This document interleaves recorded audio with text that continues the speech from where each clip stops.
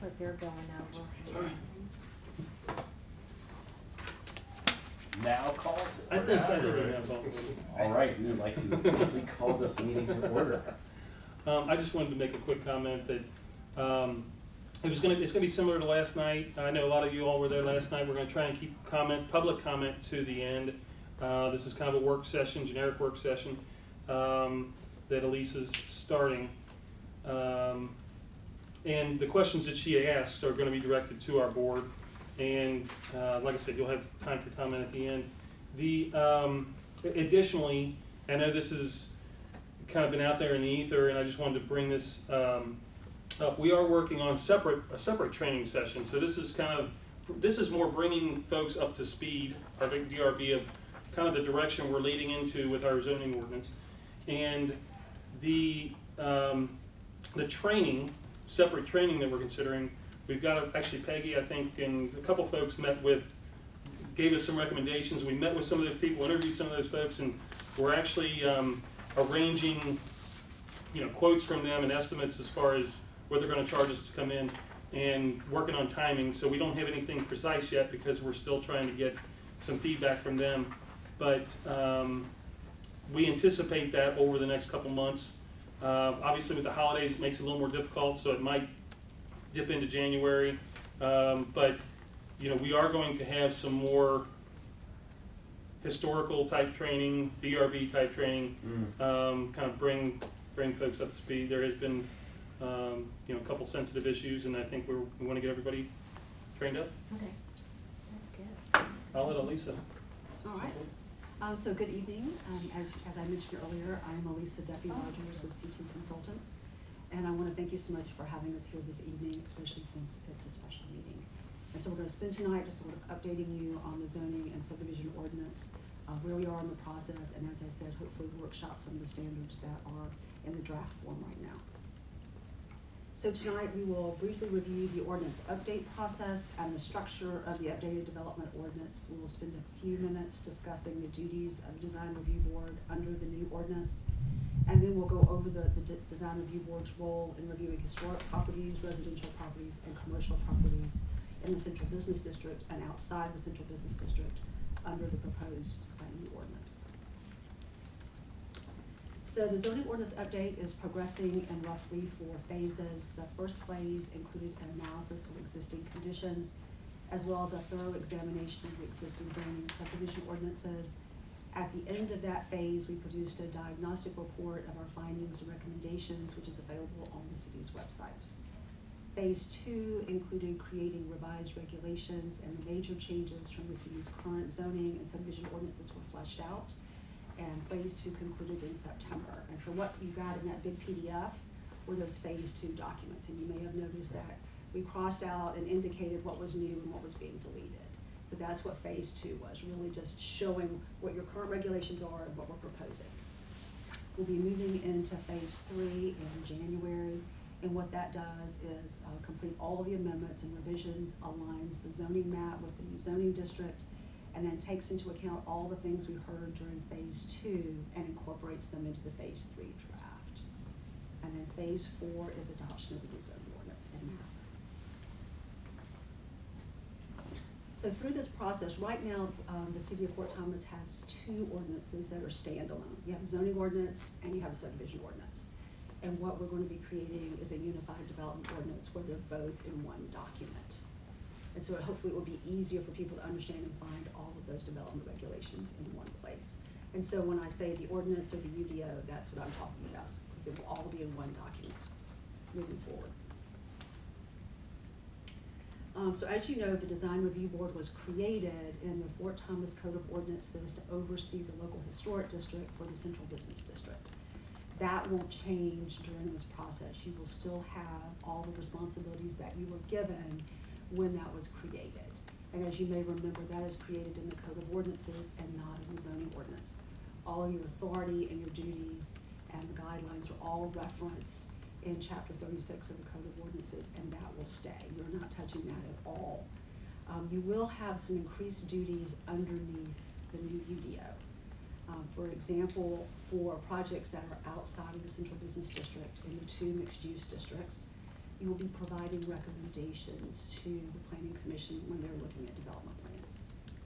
You will have the authority to, for the required design standards in those two districts, to waive them. And when I say those two districts, I mean, and we'll talk about this more in a minute, the Alexandria Pike mixed-use district and the neighborhood commercial office district. So when you see on the screen that you'll have the ability to change those standards, that's what we're talking about, or in those two districts. We are also creating two overlay districts, and you will have some authority in those. And then finally, you will just have, there's a generic statement up there that says, anything else the ordinance tells you to do, you'll have that authority as well. So you will have some increased responsibilities. Any questions about that before I move into the meat of this? So can you go through and remind us which areas within Fort Thomas now are on the National Registry? And their status, because I know some of them are individuals, some of them are districts. I don't know that I can speak to it completely knowledgeably, but I'll tell you what I know, which is that the Midway is a National Historic Register district. Yeah. But it does not, the district boundaries for the Midway National Historic District are not the same as the CBD for Midway. It is smaller. And those are the projects that I know, or properties that I know are on the National Register. Are there any others? Not that I'm aware of, no. Well, there's some individuals, because I know like the mess hall is individual. Oh, as far as on the register, it, Yeah. you know, it may be, I don't know if, I don't know the specifics of Tower Park. Okay. But outside of the park, I don't believe there's any other, that, at least we regulate. Any other- You know, there may be a historical individual house somewhere, There but are. none that we regulate. Okay. And if it's on the National Register, the city doesn't have the authority to regulate that at all anyway. The authority that you have to regulate historic structures comes from the local historic district. That is, at this point, the way it's drafted in that original ordinance back in, what year, 2000, Peggy, what year was it? 2002. 2002. And then Kevin, I also wanted to say that Women's Club is on the National Register. Yes, Okay. Okay, Yeah. oh, yes, just recently. Yeah. yeah, I'm sorry. it's March of 2020. So, but the national, as I said, that you have the authority to regulate only on what's the local historic district that was created in 2002. And the way it was drafted, anything that has CBD in the zoning, that's designated as CBD by a zoning district is under your purview and considered part of a local historic district. And it's considered part of the local historic district? That's the way it's currently drafted, yes. Yeah. Even if the buildings are not contributing and not significant? Correct. So what that does is give you the authority to review them under your guidelines, whether they are contributing or non-contributing. There has not been a study done in Fort Thomas, with the exception of the National Register District of Midway, that says some buildings are contributing to the district and some buildings are non-contributing. That National Register District does list some buildings as contributing and non-contributing.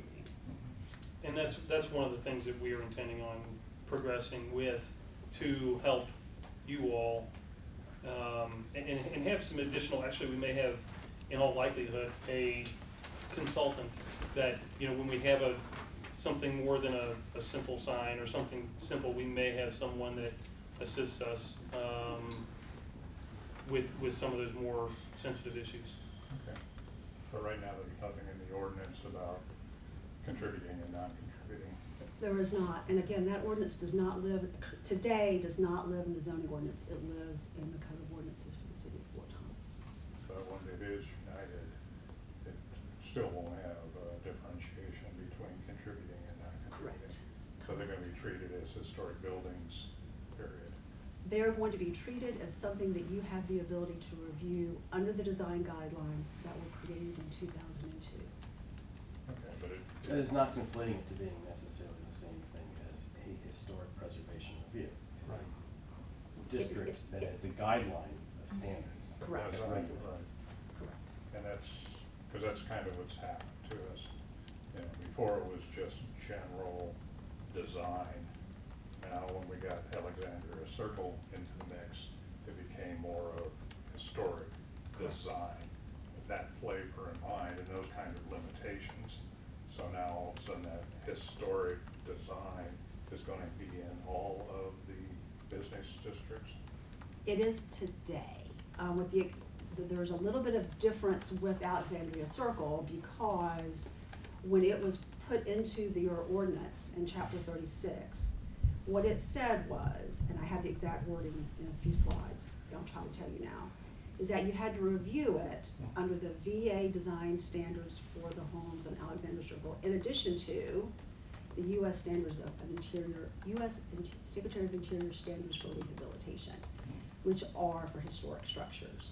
So in that particular instance, you are reviewing in a historic manner with a different set of guidelines than you are reviewing for the central business district. Okay. And those are definitely slanted toward historic buildings. Okay, We'll talk about that more in a minute. when I okay, start talking. that's fine. But do you see the distinction?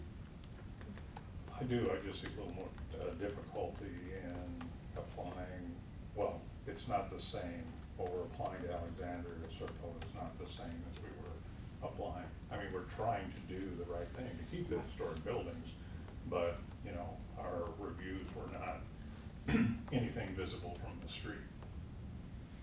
Okay, ours was the front of the building, not anything visible from the street. Now, all of a sudden, because it's an historic building, it's anything visible from the street, which becomes a much bigger area. Because almost anything you add to the back of a building is going to be visible from some street somewhere. So, you know, before we were just doing the fronts, facades, that was it. So if you're telling me we're going to do more of the historic approach, now all of a sudden it's going to include the entire building, front, sides, back. But keep in mind that you need to think about what you're gonna be using in each situation. So if it's downtown, you'll be using the design guidelines that were created in 2002.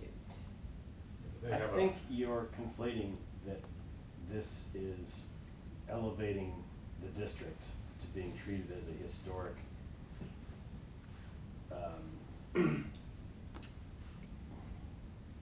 regulated thing. It's still being regulated by the design standards. By design By guidelines. the design guidelines. That is not a change Correct. in any way, right? I mean, Correct, that is not a change at all.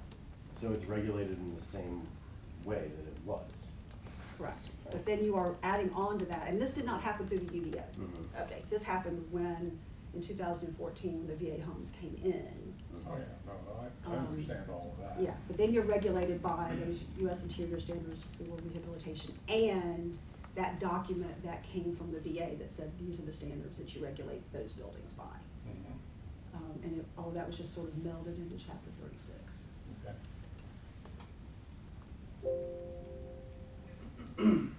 Which is a really good segue into the next conversation.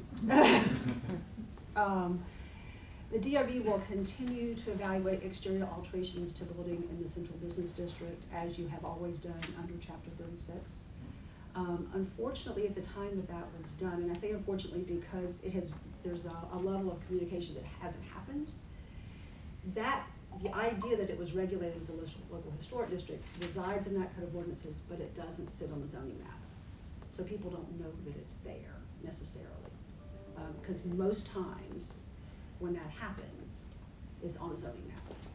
So we are creating the central business district historic overlay district, but as you probably saw in your packet, it's literally like 2 pages that says see chapter 36 in the code of ordinances. In no way are we adding or changing how you review those structures. All we're doing is creating this overlay district and put it in the zoning ordinance so that it's visible. The only change that was suggested by the city attorney, we have that phase 2 draft, that was not in your packet because all that you got was the phase 2 draft, was a change that says if someone is not keeping up their property, the city would have the authority to go in, do whatever needed to be done in order to maintain the structure and put a lien on the property. So that would be an additional responsibility that this group would have, but that's not particularly unusual. I thought we had a property maintenance code. You do have a property maintenance code, and that is referenced in this new section, but what you don't have the authority to do is for the city to go in and make the repair and then place a lien on the property. And so that will be something that will be in your authority and in the city's wheelhouse as a result of this, as a change from what you currently have. We are creating the Tower Park Historic Overlay District, which we were just talking about. And that happened, so let me show you the map for that. So that will include the houses we were just talking about, the ones on Alexandria Circle and Cochran Avenue. It will also include the houses on Green Street and on Pearson Streets. So they have homeowners association, I understand. So let's. So this is gonna be on top of that, I guess? So, as I understand it, for the Green and Pearson Streets, those homeowners associations are disbanding. And Or so. one of them, I think. Or- okay, One one is of them. considering it, or as, or. Something is afoot. Okay. So as a result of that, you will now be, this overlay district will be created, and you will be charged with reviewing additions or alterations to those homes on Green and Pearson. And the standards that you will use will be the U.S. Secretary of the Interior standards for rehabilitation and the guidelines for rehabilitating historic buildings. So that will definitively be those historic review that you were talking about, Pat. For the homes on Alexandria Circle and Cochran Avenue, nothing is changing. You will continue to review them under the VA Homes Architectural Guidelines and the Secretary of Interior standards for rehabilitation. So in that case, we're just folding it into this overlay district that's already in Chapter 36. But you will get Green and Pearson through this process. Is there something you wanted to say about that, Pat? No, Okay. I just, we got all There's kinds of different rules all I'll over say the traditionally, place. we haven't had a lot of things. More recently, there's a couple things, but traditionally, we haven't had a ton of things come up, to be quite honest, you know, my tenure at least. No, Ron had an item or two in my tenure. So what we may want to talk about when we come back with that phase 3 draft is how we're defining the word alteration, because how you define the word alteration determines what you are charged with reviewing. So I think that may be, based on what I've heard here, we may want to come back and have that conversation in terms of, because basically how the word is defined today in Chapter 36 is that you are charged with reviewing new construction additions, and an alteration is defined as anything that can be seen from a public right-of-way. Right. Public is an adjective, because, you know, not necessarily everything is a public right-of-way. Some of them are private right-of-ways. So again, we have to be very careful about how we define those terms in order to define your role. But in the Tower Park, it's all public right away. Actually not. Green is private. Oh. Okay.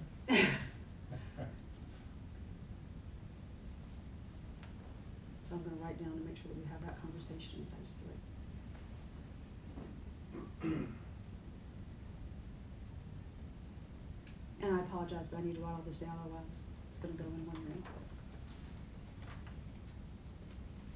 So moving on, in terms of what your responsibilities will be with residences outside of Tower Park, in all of the residential zoning districts, with the exception of R1AA, which is the largest district that we have, there will be residential contextual standards. They will do, and they will only apply, and again, this is important to notice where I'm saying they're going to apply. They will apply on lots of record that exist today, or actually the day the ordinance is passed. So meaning if it's a new subdivision, these standards won't apply. And they will only apply if you're doing a new house. So if you're adding an addition to a house and it's an existing lot of record, it won't apply. So these standards only apply in those zoning districts when the lot exists today and when you're building a new house. The idea behind this was that you are concerned about how houses look in established neighborhoods. You're not concerned about how they necessarily look in new subdivisions. Again, that's a policy choice, but that was the policy choice that we've had with the planning commission. So in that situation, street fronted garages are prohibited on lots less than 50 feet.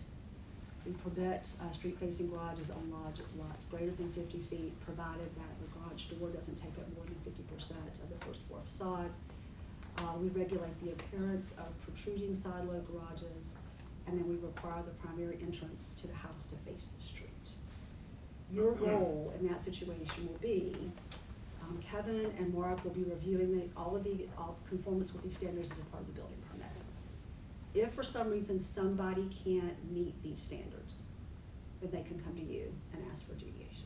So the only time you will see it is if someone is unable or unwilling to meet the standard. So you're saying greater than 50 feet, which means a 50-foot lot cannot have a front-facing garage? Actually, the language says 50 foot or greater. So it has to be a lot 50 feet or greater. In order to have a front-facing garage. Okay, because that's not what it says up there. Now, just to We be have a clear on lot the of language, 50 is feet that lot. meaning specifically attached garages? Correct, So this is only if it's part of the actual residence? correct. And I just put those words up there, it's a little bit better defined than more or less. I was trying not to be quite as wordy on the slide. Mhm. But I don't mind you questioning that for two reasons. One, maybe I made a mistake and need to rethink it. Well, we got a lot of 50-foot lots in Fort Thomas. No, there's a lot of very narrow lots. Yeah, a And lot then of- there's a lot of So, narrows. there's not a lot, to maneuver a 180-degree turn to rear entry It'd be very difficult. with then having to have a side drive, all of that is just not terribly practical on very narrow lots. That's why I was trying to understand, be sure about detached, because you may be able to fit a narrow drive and straight into something, but not necessarily swing around and then Right. come back. And it was interesting, we had long conversations with the planning commission about 50 feet. When you have a lot of 50-foot lots, Mhm. where should we start prohibiting street-facing garages? At what point? And this is where we ultimately came down. Hmm. And we also had long conversations about, should we have standards in new subdivisions? About, can you have snout-nosed garages, and can you have front-facing garages and all of that? Ultimately, the policy choice was made to only control it for new homes and for lots that exist at the time the ordinance is created. So the UDO will also include the Fort Thomas Avenue overlay district that applies to all single-family detached dwellings and two-family dwellings that are zoned R1B, R1C, and R3, and that front on Fort Thomas Avenue from Bel Air Place to US 27. And those boundaries may change during phase 3, but that's what it is right now. The idea behind this is that it's a character district, that the avenue is very important, and if you start changing the character and the look of homes along the avenue, that could dramatically change the character of the community. This is where the planning commission still has a lot of conversation to have. We started out with some fairly severe standards and ultimately came up with what you see on the screen. We are requiring a maximum front setback so that the prevailing front setback is maintained. Do you know what I mean by maximum versus a minimum? Okay. We started talking about controlling roof pitch, and that made people uncomfortable. So with the flat roof thing, is that again somehow clearly defined as being the roof of the primary structure versus Yes. porches? Yes, it is. It is. Okay. They are prohibiting metal carports that are visible from Fort Thomas Avenue, requiring a minimum amount of transparency on the facade facing Fort Thomas Avenue. And we started off with standards for finished floor elevations in porches, and that made people uncomfortable. And so all of the shalls have been turned into shoulds. Like if there are porches on the houses next door to you, you should have a porch, as opposed to you shall have a porch. So there'll be a lot more conversations about this in phase 3. But again, the building inspector, or excuse me, the zoning administrator will be reviewing building permits and deciding compliance. And if someone, for example, wanted to have a flat roof house, then they could come to you. So that it's only the residential. Only single-family detached homes in those districts. So And two-family. multi-families are out. Correct. Commercials are out. Correct. Professional offices are out. Well, could be the big eyesores, period, so. So, These are very punitive towards homeowners, so. So the R3, there's a, if you, on that corridor, and I don't have a map, but on that corridor, there's a fair number of R3, which are the multifamily, which are those small, typically square, older 1920s kind of multifamily that you have along the avenue. The conversation that we have about those was that there was not a desire to put any design standards on them, but there was a desire to prohibit parking in the front yard. Mhm. So that will be added in. So we're not necessarily controlling the design of buildings, but we are gonna prohibit parking in the front. Because the concern, you may have noticed that many of those have been renovated recently. Mm-hmm. And the concern that suddenly someone would start parking between the front of that building and Fort Thomas Avenue, or even right down Mhm. here, would be very detrimental to the character of the community. So that is being added in. Well, even though we're not changing the structure, adding any design standards for the structure. I guess for unique comments, I find it a little bit onerous of taking away people's property rights, especially since they didn't sign up for it. I feel like in Alexandria Circle, when they bought their place, they knew that there was historic constraints and so on. But now you have somebody that's living on Fort Thomas Avenue, all of a sudden they're gonna find out that they have constraints on their property. Well, things they can and cannot do. That's a perfectly valid point, but to talk through what are the constraints that are being added. Just, because with, Yeah. as she summarized these, like, as she said, very paraphrased, the actual detail is much more. So for example, with prohibiting flat roofs, you know, to be contextual, it is, there's a value in a flat roof with a porch because you can be contextual and not ruin the ability to have windows on the second floor, because you can Yes. keep the Oh, roof and walk out. fitting under that. So like, in that instance, you want to be able to have it Right. versus, so it's regulating more about the overall mass and form of a structure, that by saying no flat roofs essentially on a single-family home is trying to keep a massing of a home that is more of a traditional form, I think is the intent, right? It is, but we started down this path frankly, Mhm. because there was this idea in the community that Fort Thomas Avenue was special. That's the Mhm. spine of your community, and it defines who you are. Mhm. And so those are my marching orders. Mhm. And so when I came to them saying, these are the things that are defining Fort Thomas Avenue. It's the pitch of the roofs, it's the setback, it's the porches, it's all, you know, and then I actually wrote the standards. Mhm. There was a lot of what you just did. You know, a lot of feeling, a lot of uncomfortable. We are now regulating people who've lived, in some cases, lived in these homes for a very long time. Yeah. Mhm. And one gentleman showed up and just said, that's it, I'm done, I'm selling. And you understand that, right? Yeah, Mhm. yeah, I could see those kind of standards being very appropriate for anything new that would go in. But, I don't know. Well, to that end, I mean, I guess, what does that mean? And if applying these to a district with essentially what you possibly have non-conforming existing structures, so what does that mean? Like, you're not, it goes into effect. You have an existing non-conforming structure. It's not like somebody comes knocking on the door. Excuse me, your roof is flat. As an existing condition, you've got X amount of time to give it a pitch. I mean, that's not the intent of it, right? No, and that's not gonna happen at all. But let's say somebody decides they wanted to enclose their porch, which a lot of people have done throughout Mm-hmm. time in Fort Thomas. There's many, many porches that have been enclosed. Mhm. Is that gonna be something that we're gonna say yes or no on? Gonna say no. And then they're gonna have to come here and make their pitch to you. But again, I'm gonna be really honest with you and tell you, I don't know where the standards in this district are gonna land. Yeah.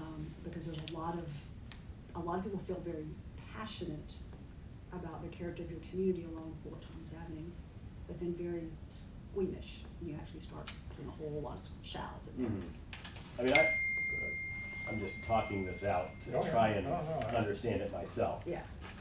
Because when So- you said not parking in the front, I mean, you kind of go, yeah, I mean, I understand why you wouldn't want to convert the front setback space into parking for a apartments, and so just trying to like talk through what the reasoning is behind why these decisions are made is very helpful. Right. So I promise you that when we come up with better language, when there's a little more concreteness to them, I'll come back.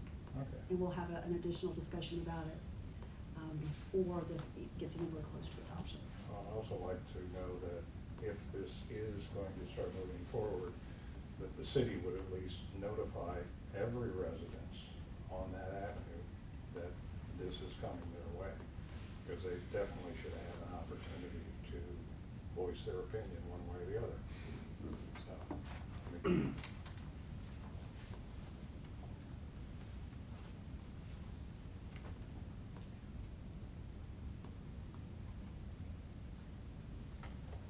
So moving on to commercial review. So today, outside of the central business district, the city has 4 non-residential zoning districts. Those are being replaced with the Alexandria Pike mixed-use district and the neighborhood commercial office district. Both of these districts will have required design standards in them, and we will be looking at projects and providing a recommendation to the planning commission as a part of the development plan review process. Again, like with the residential standards, if someone wants to deviate from those required design standards, then they would ask you for those, and you would have the sole authority to grant it or not grant it. Again, this is because of the situation where you have lots of existing buildings out there. And while these standards may be appropriate, they may not work on an existing building that's not going to be torn down or substantially changed. So it gives you the opportunity to then come in and deviate, to give deviations. So the Alexandria Pike mixed-use district on the north end starts at 471 and goes all the way down to Woodfield. Today, this stretch has 4 different zoning districts. And so what we're doing by creating the Alexandria Pike mixed-use district is having one zoning district that goes, one non-residential district that has the same set of standards and same set of uses from one end to the other. And then on the south end, it starts at Pleasant Avenue and then goes to the corporation limits. And today, the parcels in this area are zoned general commercial or professional office. So before we go any further, do those maps make sense to you, or do we want to see them again? See Alexandria again. So that's the north end. So up here is 471, just to give you sort of a frame of reference. So like this is the old industrial building that's there. These are those 2 professional office buildings. These are the office buildings that are on the corner right here at Woodfield Elementary.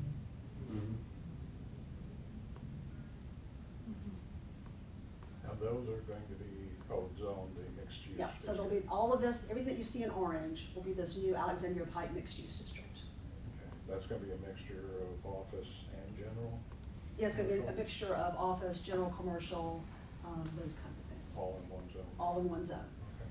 Because what's happening now is you have different development standards in all 4 of those districts that have, for example, different front setbacks. Yeah. So you will have sort of and you can sort of see it out there, the mishmash of what you have. So this is creating one district to try to unify. It's a place-based zoning district as opposed to a use-based zoning district. Is there anything in the code that's going to include buffer to residential or anything like that? Yes, it does. In fact, we've increased the buffers and what you currently have now.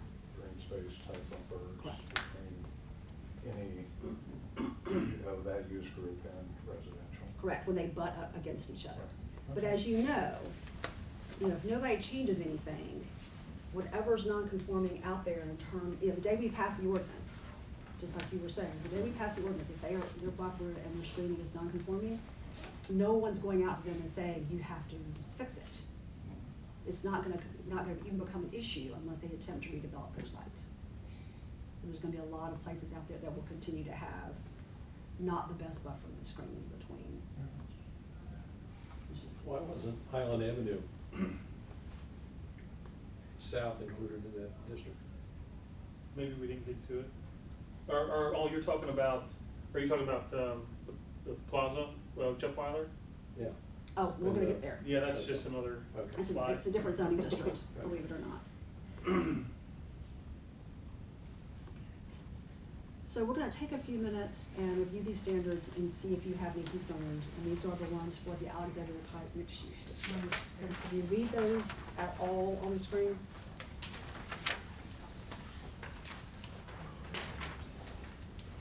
Can you read them? Okay.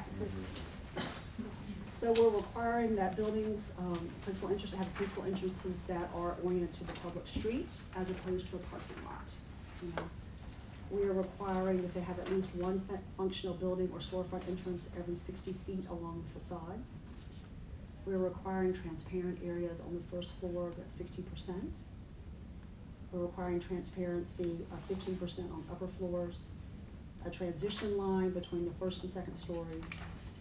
We are requiring that there not be anything more than 6 feet of contiguous blank wall unless they break it up in some manner.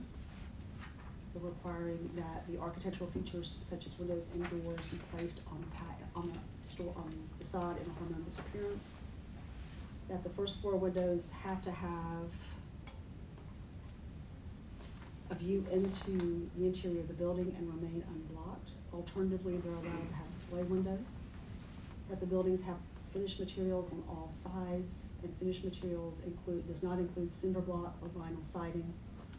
That there be a combination of materials, textures, colors, and finishes should be utilized to create visual interest. That the facade openings, including windows and the colonnades, should be vertical in proportion, and that the awnings should be straight sheds, not cubed. And that materials that are adjacent to the sidewalk be of durable materials.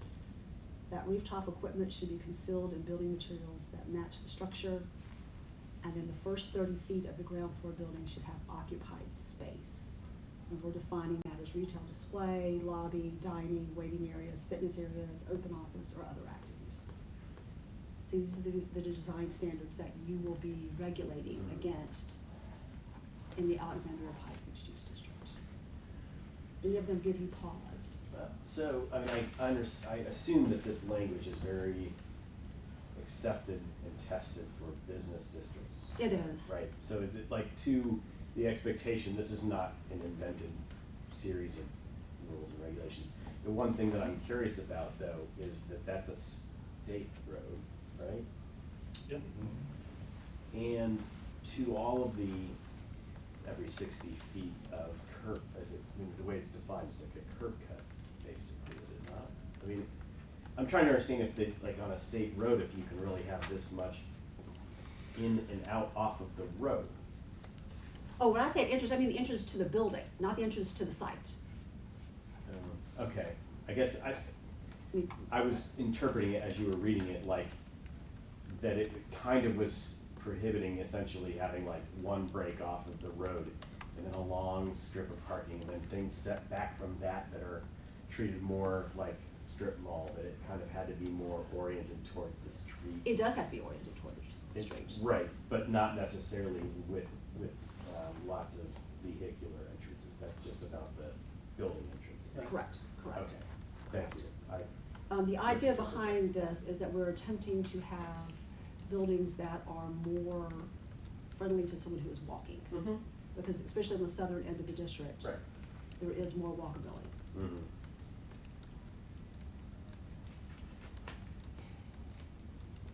And we don't, this is not the end, be all of end of this. And if you look at this a week from now and you say, this really is awful, email me. But this is where we're starting with this language.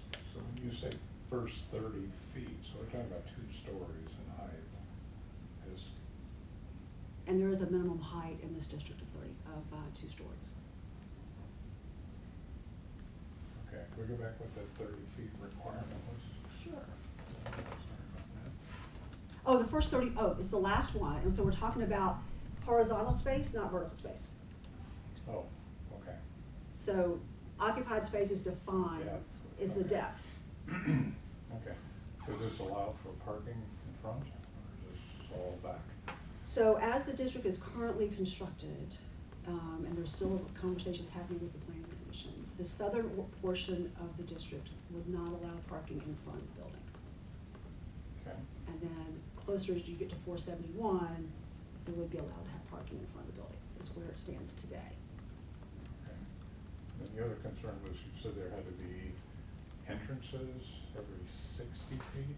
Yes, So if somebody wants to put in a larger building, of course you have height restrictions too, right? yes, we do. Okay.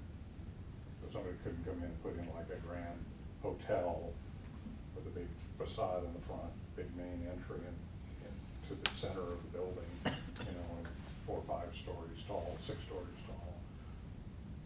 Well, I mean, I guess I'm not sure what your question is, so I'll tell you what the height limit is. But what this is required is that they would have to have more than one entrance into the building. But the maximum height in this district is 50 feet, as it's currently drafted, and the minimum height is 24 feet. So we're attempting to get a little bit of height in order to better define the It's 2 corridor. stories. So it's essentially 2 stories. It doesn't have to be, Mhm. but it can be.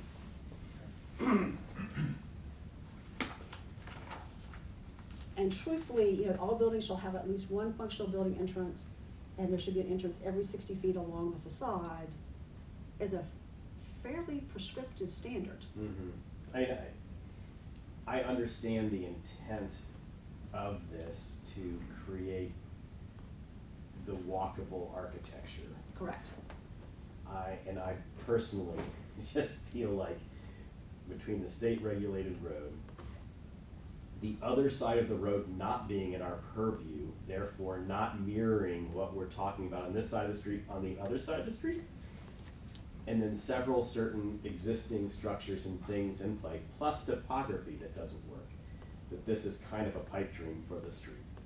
But as when trying to create a walkable business district, this is a logical thing. I just kind of feel like in this location, it is a little bit fanciful, but. Yeah. 'Cause it It's works also in this- fanciful when you think about the fact that a large portion of it is already built out.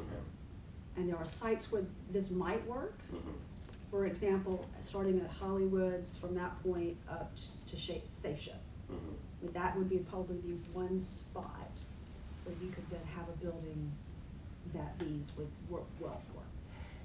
Because it is more walkable there, you don't have the grade change that you have as you head further north. So, yeah, but I get it. And you will notice in the next district that that requirement is not there, for precisely that reason. Yeah, because if we get down to, I don't know what they call it now, used to be depths, but, I mean, there's not even sidewalks that you can connect in there. Where's steps? Down, Right. once you get down near 471. Oh, Right, okay. 471. Nobody walks through. Right, and. It's not walkable. No, it's not, and it's probably never going to be. No. So why are we Um, putting it in with restrictions for this kind of building that's designed for walkability? And we may end up with this just only being at the southern portion of the district. Yeah, southern portion, I think, would fit in fine, because Yeah. that is a walkable portion of 27, very walkable. Right. And so there was some discussion with the planning commission that there would end up being, and you'll see this in a few minutes, in the CBD, some sub-districts. So that the southern portion would be one sub-district, and then the northern portion would be a different one. And in particular, the conversations then were about parking in terms of where it was located and setbacks, because the northern end, closer to 471, is very different than the southern end. And so that may be where we ultimately end up, in which case these design standards would only apply down on the southern end.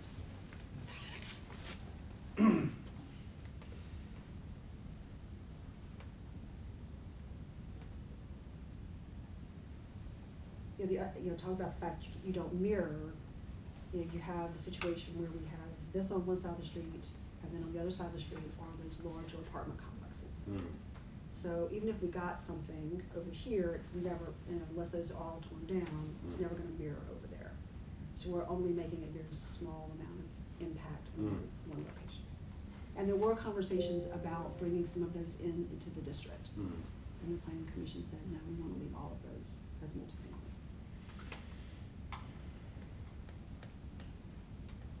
So unlike the other business and mixed-use districts that we're talking about tonight, the neighborhood commercial and office district is not place-based. It is in 3 separate locations. It's the Fort Thomas Plaza, it's Highland and Grand, and the intersection of South Fort Thomas and Big Black. So I'll show you a map. So this is obviously Fort Thomas Plaza.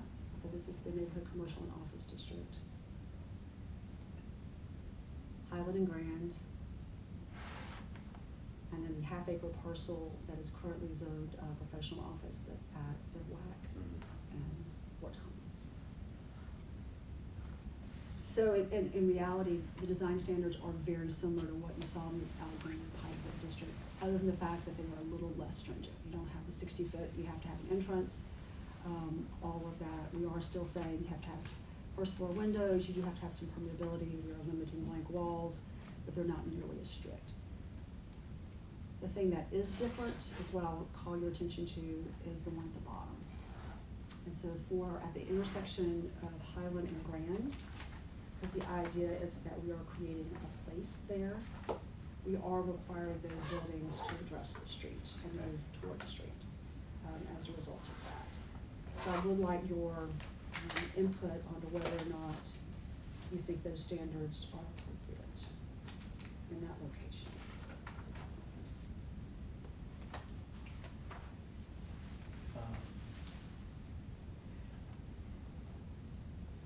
I do, I think that, like, aside from the standard, that as a project for development, that intersection would want to evolve into being more of a pedestrian-friendly intersection. You know, if you're gonna orient it all towards the street, then it wants to be more based on people walking. Yes. And at the moment, it's just probably not the friendliest intersection for that. That's totally outside of like these standards, but it would seem like if you're gonna do this, you would want to pair it with actually a project that would make that something more viable. So I do believe there are some conversations. You know, I haven't been involved in them significantly, but I know there's been inquiries and things of that nature. Mhm. Beyond that, I haven't been involved. Yeah, I'm just saying, so I have no objection to it, but it will not necessarily succeed without other, I think, moves. Right. Is the marketplace included in this, What's the, off of Highland? yes, Highland Plaza that goes back. yes, that goes back, yes. Yes, that is- Yes. It is. So your question being, is it appropriate to make them have design standards since they don't face the street? Is that your question? That's what they were included. Well, it's kind of, you don't say to tear these buildings down to be subject to these stipulations, then, would you? In some cases, yes. In some cases, they're not gonna be able, if they redevelop or if they just renovate, they're not gonna be able to meet these standards and they're gonna have to come to you and ask for a deviation. I think that's the reality of the situation. So then the question becomes, is it worth doing? Mhm.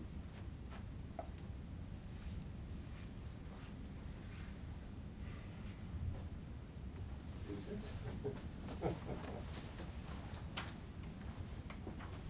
Or is it only worth doing at Highland and Grand, or is it, I mean, I'm honestly asking you that question. Mhm. I mean, this is my take on it, like, it has more value when knowing that it might be paired with things that are related to the narrowing of the road and control of speed of cars and a lot of other things that make it more pedestrian friendly in other ways beyond just like buildings facing streets, you know, and if you don't deal with those roadway things, then just facing a road of cars that are zipping by and all this it doesn't really do much. It is so, you know, if they're paired together, then I kind of get it. And But- to this end of the plaza, like, the plaza is a great property, we wouldn't want to somehow make it that, I mean, again, it's an existing thing, so it's existing and non-conforming, as long as it exists, it's fine. Mhm. I don't know what would trigger the necessity of it, like, to be replaced, and then therefore all of a sudden somebody would not be able to have what they have and have to build this thing up close to the road instead. Well, that's gonna be an interesting property because when you start talking about moving it closer to the property line, that's a side property line, the way it's currently, Right. which is It's not, turned sideways. it's turned sideways on the So you would lot. really be replacing it with more of You'd be a block only at the front I don't with think an you could. inaccessible lot at the back. you couldn't. I mean, that would make the property, you know, non-developable. Right, right. It would be a big decrease in value because it Right. would leave this deep rear lot of undevelopable land. But we're not doing that. I mean, we are allowing them to have a front setback. The only thing the question before you is, if the building doesn't face the street, should they even be subject to design standards, assuming you want to? Because there's an argument to be made that they shouldn't, Mm. other than the one that faces Holland.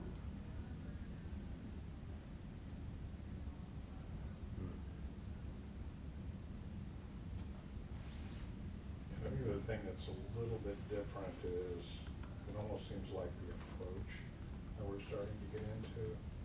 The approach seems to be more, I call it punitive, but restrictive, you know, as opposed to what I've seen the board do for whatever, 12, 15 years, is people come in with their things and they say, this is what we're proposing. And right there in the board, we will advise them and make the thing better. So we're more as a consultant, as less than a sort of a judge Mhm. of whether something is, you know, yes or no. And I don't know, if we can have these restrictions and still have that flavor, then that would be great. Because I think it's better to advise people and get them to accept the better alternative, Mm.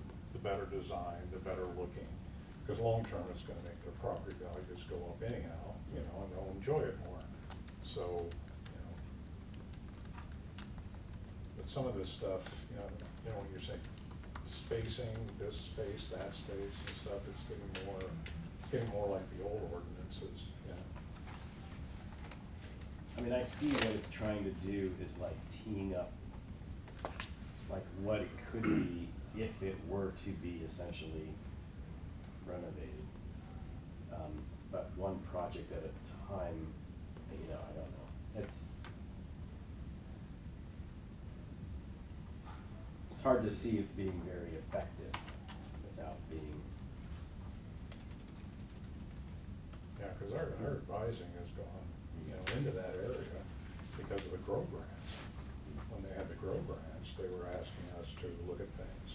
And when the Cobblestone was there, they were looking at putting in a new trellis over there at the outside area. And they came and gave them some suggestions. I think what they ended up with is very nice, you know, and probably, actually, I think a little better than what they had originally had, what we were proposing to put in. So let me ask you this. You know the intent. The intent is to have buildings that are of better quality than what you've gotten in recent memory in certain places. It is to give enough guidance to create the character that the community desires. But you're right, they're prescriptive. And when you say things like you have to have an entrance every 60 feet, Yeah, that's about as prescriptive as you get. yeah. We can make them less prescriptive, or we can, you know, the reason that you're allowed to give the waivers is twofold. One, you're essentially built out, and you do not want to, we don't want to penalize, I don't want to penalize anybody who wants to put money into a building but can't meet these onerous standards. So you have the ability to grant a waiver if, for example, they can only have 40% transparency because of where the headers are or whatever else the issue is. So that's why you have all of that latitude, so that we don't force anybody into a situation where they don't invest in their property because our standards are so high. So my question to you is, do we back them off and make them less prescriptive? Which means we can regulate fewer things, or we can have language that is less objective. These are, for the most part, standards, so they are very objective, giving you the ability to waive them in any, and when I say waive, that's a modification, that's an exception, that's, you know, anything that you can do to deal with what the existing situation is. So what would give you comfort? Because You and I've had several conversations that people have come in and had less than lovely projects, and y'all have made it better. And you've given me, you showed me several. Less than lovely, they were, a lot of times it was a good idea, a good concept, but obviously when you have people that are there that can bring in design expertise and everything, it can get better. Right, and y'all That's what made it, happens. y'all made it better. It got better. It got better, yeah. So what would give you, knowing the intent behind this, what would give you the comfort to do your job in these areas? I think if we could also add in sort of like a, ability to vary from some of the standards. And that's already there. You have that It's ability. there. Yeah, that's there. You have the ability to waive, modify, grant exemptions, all of that. Yeah. That's, 'Cause that is I built in. remember the one time, Best Furniture came in, and they had a really wonderful sign that they wanted to do on the side of their buildings. And they had two fronts, unfortunately. They One do. was the street and one was a parking lot. But that parking lot one is very visible as well, because you're driving almost right towards it. Yeah, it's a terminated vista as you're coming in. Right, and, really nice design and everything, but the darn thing was too big for the sign ordinance. You know, they had too much area. So we had to do some things, and they had to change it a little bit here and there. But it would've been much nicer just to say, hey, you know, this looks good, good design. You know, yeah, you got an unusual situation here, so, you know, go at it, put it in the way it really looks best to go in. And not compromise just because of some verbiage, you know, that's centered around the front of the facade of a building that's only or mainly seen from the street. Right. And not from the side, you know. So they had an unusual situation, and it'd been nice to be able to do that. From the sign perspective, Lisa, could that have gone through an extra step with the Board of Adjustment to get a variance for the dimension of the sign? They could have. I mean, assuming it is a number, an objective standard that is in the sign ordinance, then yes, you could have gone. I wonder if that, because I don't see the sign, I don't see us being able to, this board being able to deviate from the zoning Sign regulations ordinance. associated with the signs, because it is very specific with square footages. But potentially, at that time, I wonder if there could have been an extra step there, that if it could have been acknowledged some way, hey, maybe you consider one of the Board of Adjustment getting a conventional variance for this thing, and then maybe coming back to us with this design, or approving it with condition of Board of Adjustment, something like that. I don't know, that may have worked in that particular It might situation. work, right. Yeah, because that would happen if the building came in and they weren't following the setbacks exactly. And if they had an unusual situation where they couldn't, then obviously they'd have to go to the Board of Adjustments to get a setback variance, and not us. We don't look at the setbacks. But we specifically gave you the authority to grant these waivers or these modifications because A, it's your expertise, and B, we didn't want to add in another step, and C, Kentucky is very stringent in what can go to the BOA. So we're trying to meet all of those standards, all of these situations by giving you that authority. Would you feel more comfortable if these became less prescriptive? Or do they stay the same as long as you have the ability to give the good advice that you've been giving and waive standards? Well, if we can alter these recommendations, I think it's fine. Like, is Padrino's part of this? Padrino's is the pizza place at Yeah.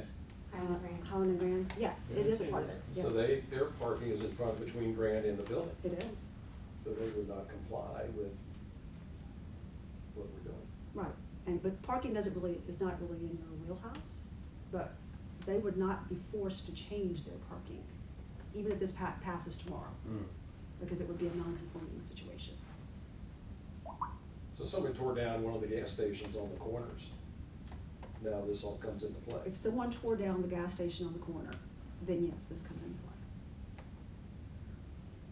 But that still doesn't mean that they are done, they definitely have to meet every single solitary number in this schedule, because you would still have the ability to waive it.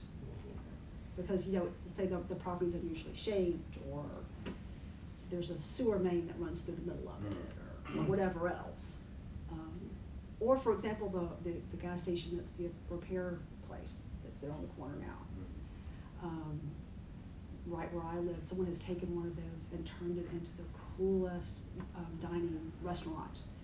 And leaving in the overhead doors and all of those things. So what if that happened there? And suddenly that gentleman or that person who's doing that property renovation couldn't meet these standards. You would then have the ability to waive or modify in that existing structure. Yeah, Well, that's fine. Well, this is not, I mean, this is, we're starting into phase 3 in January. These are all numbers in table. So, you know, if you look at them again in a month, or we're gonna come back to doing phase 3, and you think, you know what, I've been out to the sites, I've looked at it a little bit more, you've gone too far. We can take standards out, we can change numbers.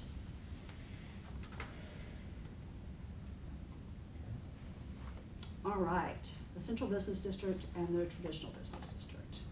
So, today, the Inverness is zoned general commercial. It will be called the traditional business district in the new UDO. For the central business district, you currently have the same zoning as you know for both downtown and Midway. Because your historic ordinance says anything that's zoned CBD is in the local historic district, we cannot change the name of that without in some way altering the code of ordinances. So what we have done is created the town center CBD, which is where we sit, and it's called town center because that's what's listed in many of your policy planning documents, and created 3 subzones within that, and I'll show you a map for that in just a second. For Midway, it's called the Midway CBD, and there are 5 subdistricts in it, and I'll show you a map for that. But the reason we didn't in any way change that name was because CBD had to stay in the zoning district name in order for your local historic district to still be active. So the CBD district, everything that you see in purple is the core. Everything that you see in orange is the town center residential, and everything that you see in aqua is the town center supporting. So what we're about to talk about in terms of development standards and design standards is only applicable in the purple. Having said that, the council and the planning commission asked for additional discussions for the strip center on Miller Lane. So part of it right now is in purple and part of it is in aqua. Where that will ultimately end up, I don't know. But the other portion of it is purple, and that is the core. In Midway, as I said, the development standards, the design standards we're going to talk about only deal with what is called the core in Midway. And so that would be, and that's the core 1 and 2, so that is the purple and the aqua.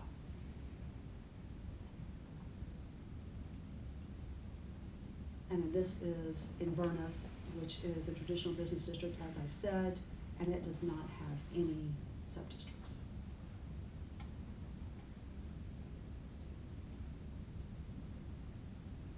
So this is, so unlike the design standards we were just talking about, these are the development standards for those core districts and for the traditional business district. The Planning Commission has the ability to waive or modify or grant exceptions to all of these development standards with the exception of height. We are using maximum and minimum setbacks to control building placement. And you will notice there's an odd thing on there that says fronting street setback. And because we had to define it differently because of how setbacks are determined because of the oddness of the right of way here on Fort Thomas Avenue. And a fronting street in the traditional business district is defined as Rob Roy and Memorial Parkway. So again, we are tightly defining where the buildings have to be. From the back of sidewalk on Fort Thomas Avenue, the minimum is 0 and the maximum is 10. And then from the fronting streets, the minimum is 0 and the maximum is 20. And then in terms of the building height, the other thing I wanted to point out to you is the maximum building width. which is a new standard that we would be applying, which means defining that a building can only be that wide. That's a new development standard. And in the core right now, it is listed as 185 feet. So you could not have a building longer than that, wider than that. And even if you had a lot that would accommodate a building wider than that, you would have to break it up. The building height, there will be a minimum building height of 24 feet. And then the maximum building height in the core has been decreased through this process from 50 feet to 40 feet. And is maximum height measured to the median of Nope. a slope group, or it's to the ridge? It's to the ridge. Okay. It is to the ridge. And that, as far as I know, we're not talking about changing that at all. Just wanted to understand. Yeah, Fine. so it's, for flat roof, it's to the top, and then for sloped roof, it's to the ridge. Okay. We are also regulating ground floor height as a minimum of 10 feet and a maximum of 18 feet. So for these standards, these are street facade requirements, and you would have the ability to grant waivers to these. We are again regulating transparency on the first floor, transparency on the upper floors, forbidding blank walls, regulating where there has to be a front entrance, regulating the spacing of the ground story entrances, and then also regulating that there's a vertical facade deviation every 30 feet. So these are, when we were talking about the other ones being prescriptive, we just went a whole nother level. And then these are the design standards that would be allowed, that would be enforced in the town center and the Midway and in the traditional business district, only in the core district. The core sub-districts would not apply everywhere else, so it's very limited in its scope. And then again, you could grant waivers to these. So these are even more prescriptive than what we were looking at. We are regulating everything from the corner treatment to the mass and the scale, to facade articulation, to materiality and colors, windows and transparencies, building entrance, awnings, signs, and then miscellaneous stuff. So we can walk through all of these, but it's a lot. What is your pleasure? I don't want to go through them all, but I do have a question. Sure.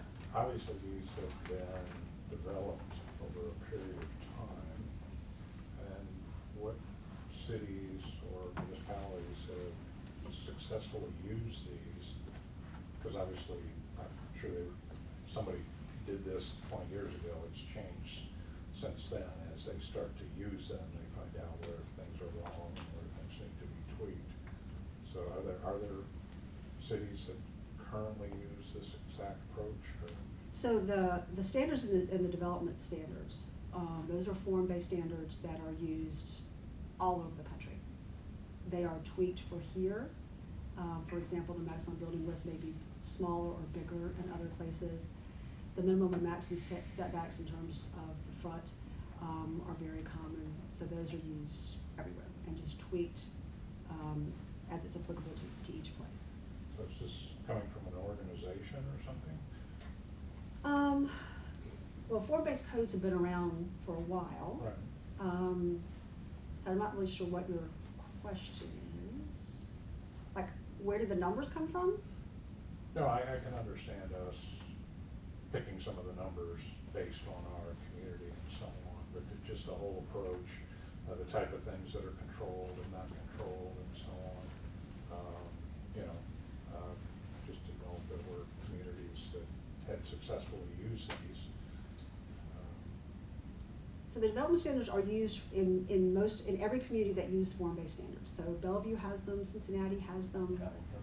I'm sorry? Covington as well. Yeah, Covington as well. And it's pretty common. It's very common. And the standards that you see here, based on everything we heard through phases 1 and 2, we were tightly regulating not only just setback, but all sorts of things to deal with the mass of buildings, so that the mass was lesser than what you've seen in recent years.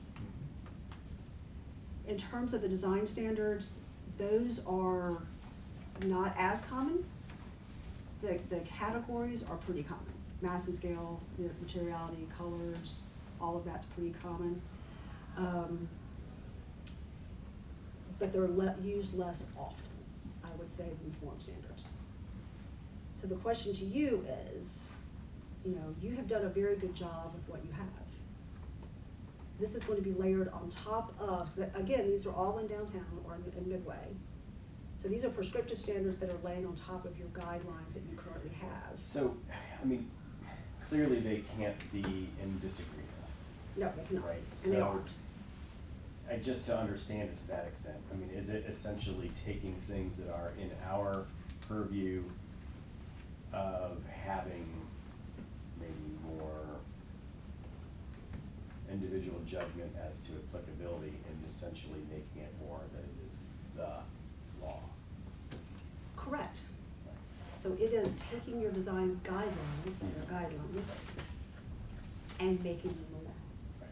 That's what it's doing. And so then regulation of that is actually enforced even necessarily before things come to us, because it is the zoning ordinance, right? I'm not sure I understand your question. If you are submitting a project and it Mhm. has to go and receive zoning approval, that is before we evaluate the project.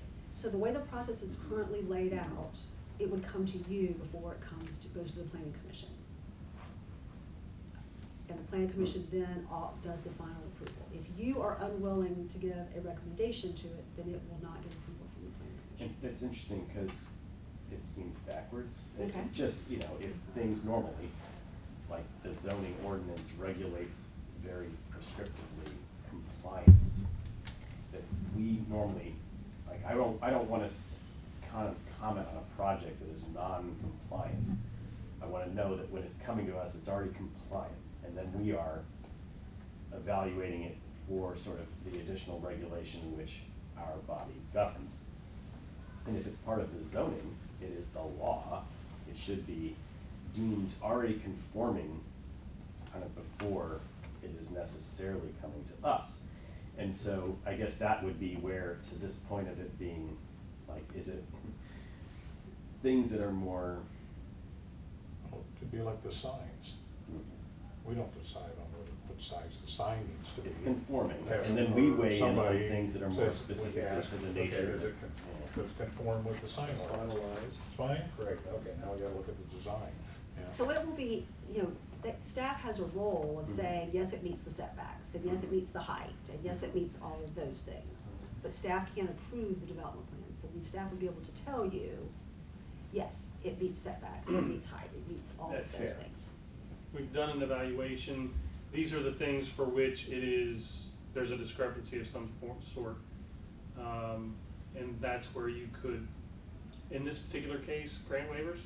Yes, and all the Okay. design And standards. this is, you once can again, reference. this is over and above, we can't be stepping on the existing standards. Mhm. These are just Mhm. more regulations. Mhm. So you're actually going to be giving, in downtown, you're actually going to be giving a COA, Mhm. which will be evaluating based upon your existing guidelines. Mhm.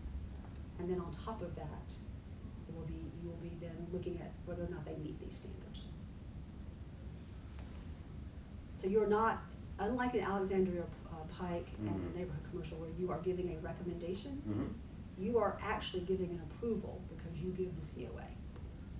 And at that time, you will be evaluating these and deciding whether or not you need to grant waivers. So you actually have approval authority in the central business district. I see, okay. You will not have it in Vernus because that's not part of the CBD, but you will have it in Midway and downtown. So who will have final judgment? Planning and zoning, or? So as it existed, just like it is today, you would grant a COA, which means it conforms with your design guidelines, but then the planning commission then gives the authority to actually build the project. That's exactly as it is today. Because they have the authority to approve the development. Okay. Would that be on two different scales, like one for the design guidelines and one for these guidelines? So it would be two different approvals. That's what I'm Yeah, getting it would be two different approvals. only because we don't wanna run afoul of What we have in place. what we have in place and the certificate of appropriateness process.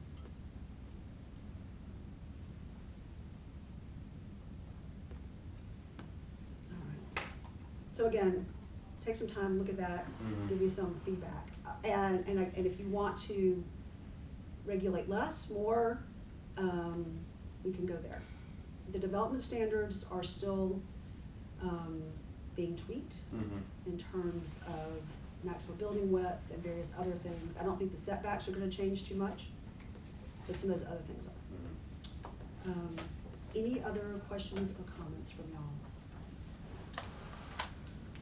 This is sort of the end of your presentation, or? This is it. There's my contact information. Well, I'd like to address, I guess, the elephant in the living room, which is, who under all of this has the authority to approve demolition of a building? In the central business district. Yeah. So I'll turn that to Kevin. I believe this board does, and I think we're going to get the historical consultant in here to give us a little more guidance on some of those things. We're proposing, we're wanting to go forward and get the evaluation of all the buildings. And essentially, he will give us that guidance, he or she, will give us that guidance on exactly what that means.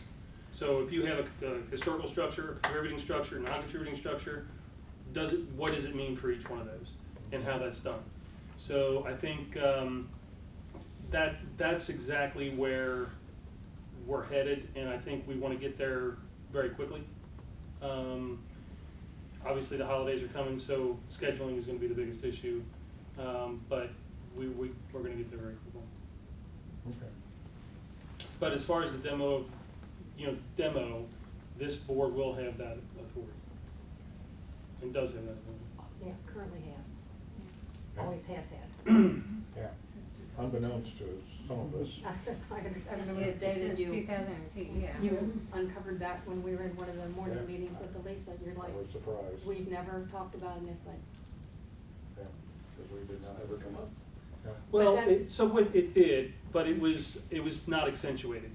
So it was so when we did this building and this process up here, the report that was drafted had discussions, every element of the design standards that were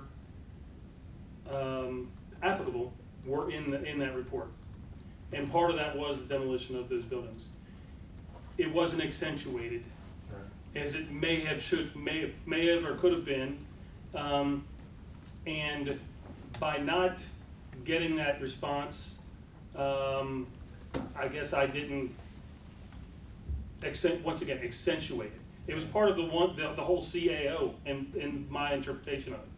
So, that being said, perhaps it could have been accentuated a little bit more, but it was part of that entire plan and part of that entire, packet of information. Yeah, because one of the things is I think, especially when it comes to demolition of buildings, I think that should be something that we could advise on. But to me, that really needs to go then to city council. No, to I make think a it's gonna be this decision. board, I think that it's always been, I think it's supposed to be. Now, if we need to consider changing something, but, that's why, we're gonna bring the historical consultant in, and he's gonna tell us, once again, what you should and shouldn't do in those applications, why you should and shouldn't do, and, he's got that expertise, so I think that's what we're gonna do. The part of the basis of, that plan was a document that I had, that there was really, the only historical quality buildings were the Masonic Lodge, the Shaw House, and the Ladies Auxiliary, were the only ones in this district that had any remote. Yeah, because the others were non-contributing. Right. And in fact- Well, they weren't classified as non-contributing at the time, we don't have that classification, but those were in a document that the Kentucky Heritage Council came through and said, these are the 3 buildings of note. historical note. Right. But still, the certificate of appropriateness did need to be issued by this board, and it was not. There was one Yeah. certificate of appropriateness was issued for the entire site, Not- and that entire project. But nobody can find it. I've got it. It's been requested several times. Okay, well, And I've got the it for the board- entire site. Well, the board didn't know that they had anything to do with. Once again, it was for the issuing a entire certificate site. of- It wasn't individually for the demolition and then individually for the project itself. It was for the entire site and the So project. who issued this COA? Because my understanding is that this board issues the COAs. They issue the approval and then we just write So a you did document. approve The COA, absolutely we did. I mean, the design and everything that we saw there, we approved. including the demolition. The Yeah, demolition that was- wasn't accentuated as it wasn't is perhaps it really- should have been. It was in the document, it was just, but it wasn't significantly discussed. Well, the I other feel thing bad is- because I think that they all took a hit, because it's like, well, how did you approve it? And he goes, we never even, Yeah, we didn't know. We didn't know And- anything and about to it. me, the other thing is that when something that large like that, which is demoing a building, first of all, I don't think that somebody that's on an appointed board, I mean, I'm not elected. I don't feel like I have the authority from the people or the citizens of this town to make that kind of a decision. That's why I think it has to go to somebody like council, because they are elected by the citizens, you know. If Well, I somebody- mean, ultimately, the planning commission approves your recommendation. So you make that recommendation to them and ultimately they approve it. So that's and they're not obviously elected either, but, you know, they have standing as well. Yeah, but I just don't think that it's good to have unelected individuals making that level of a decision, because it's obviously very important to the citizens of this town.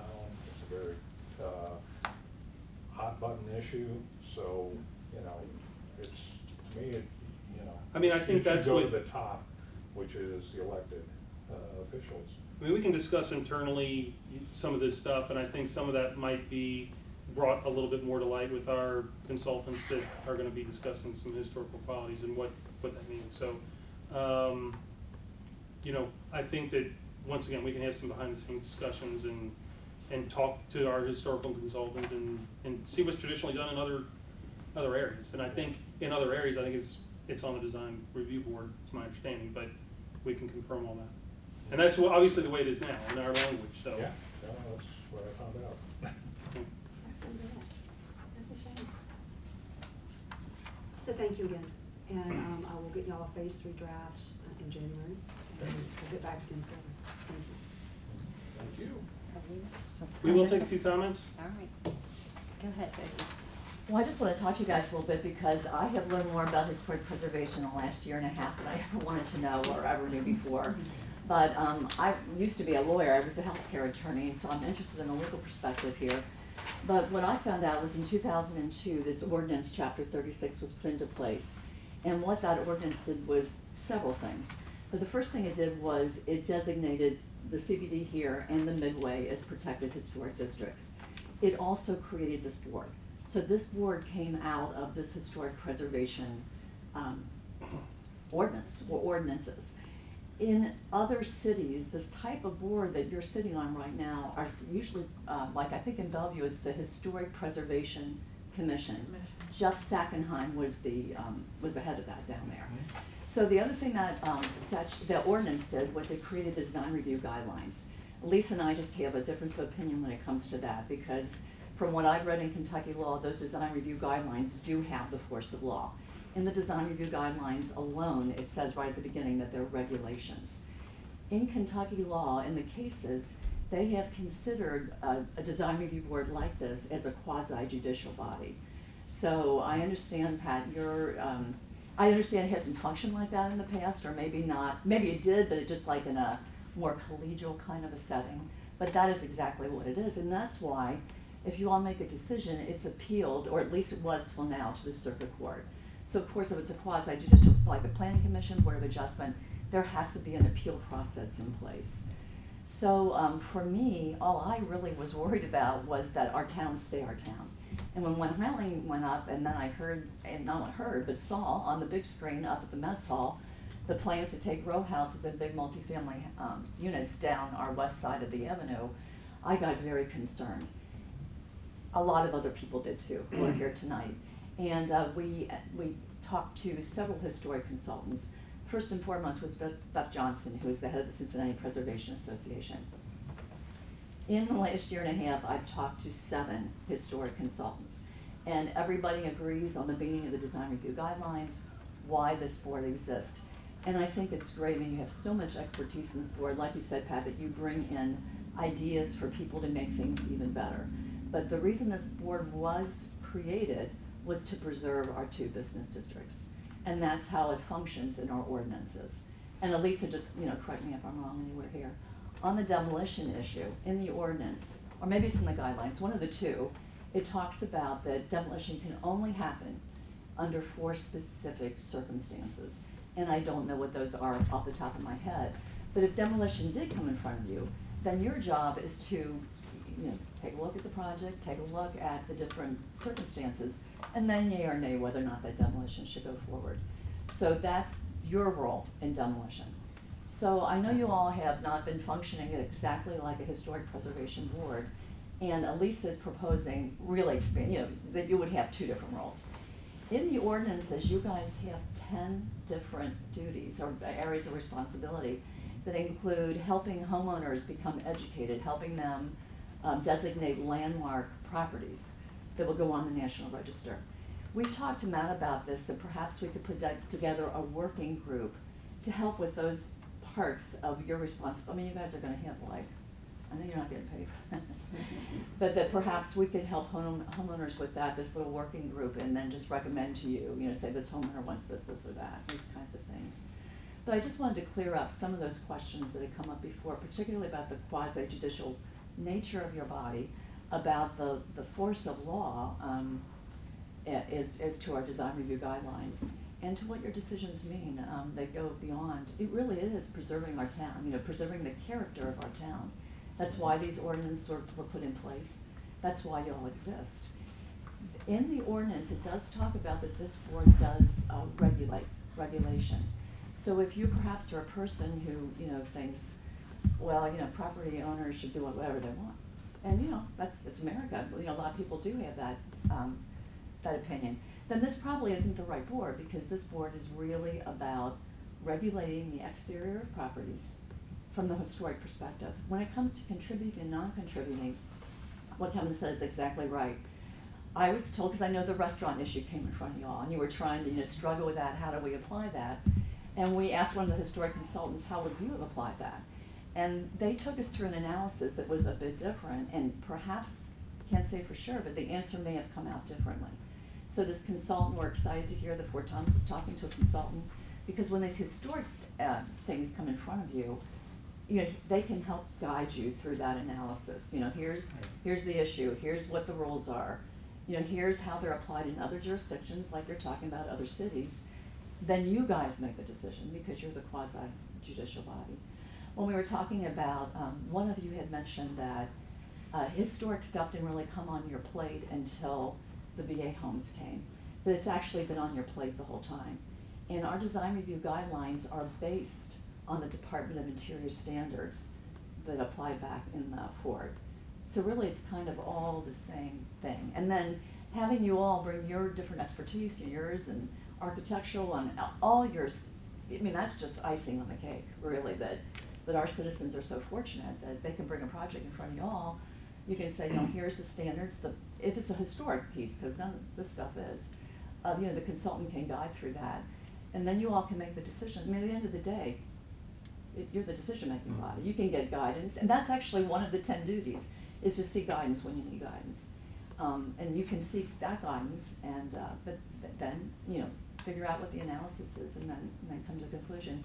And that conclusion in this particular board is not like what's good for business, or what's good for this or that. It's really what's good to preserve the character of Fort Thomas. My understanding from talking to some of these consultants has been, if it's a non-contribute, so if an entire district can be significant.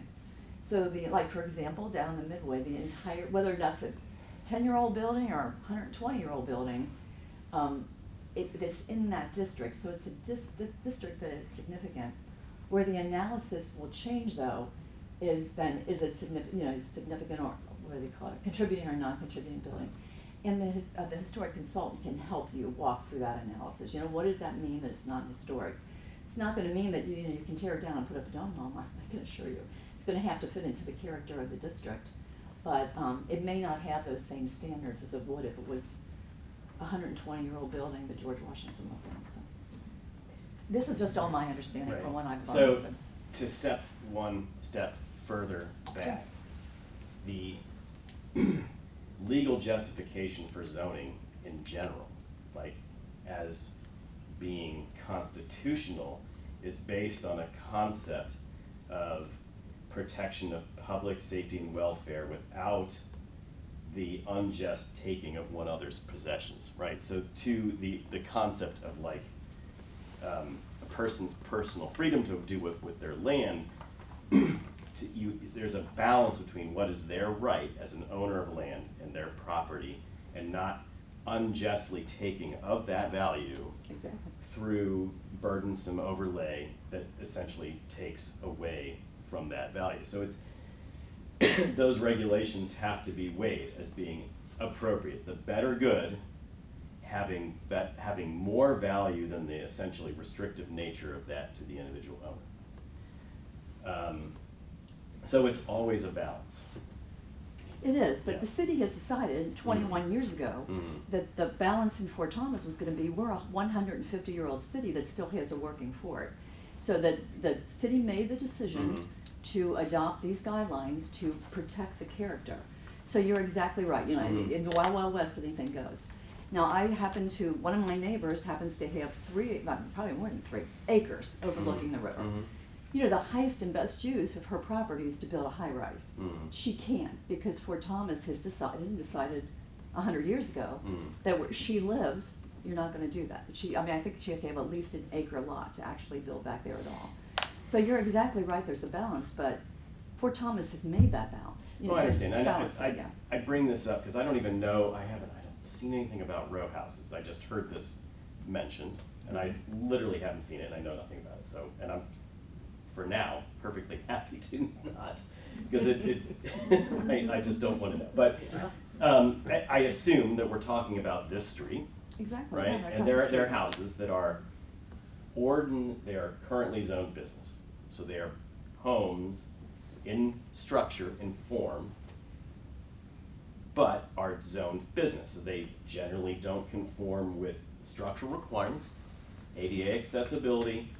They are not accessible to the second floor. They don't have accessible restrooms. They don't meet the loading requirements. They are not conforming in any way as a structure for a business, but they are a business. They are not to be turned back into single-family residential by the zoning.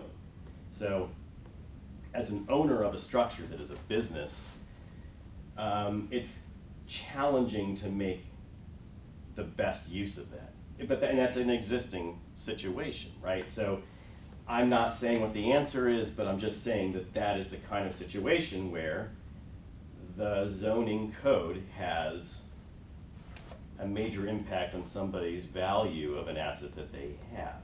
And if somebody's attempting to make more or equal value of it, it could be that rules and regulations being applied to somebody could essentially be an unjust taking of the value of their land, that they can't make use of it because of the regulations being applied.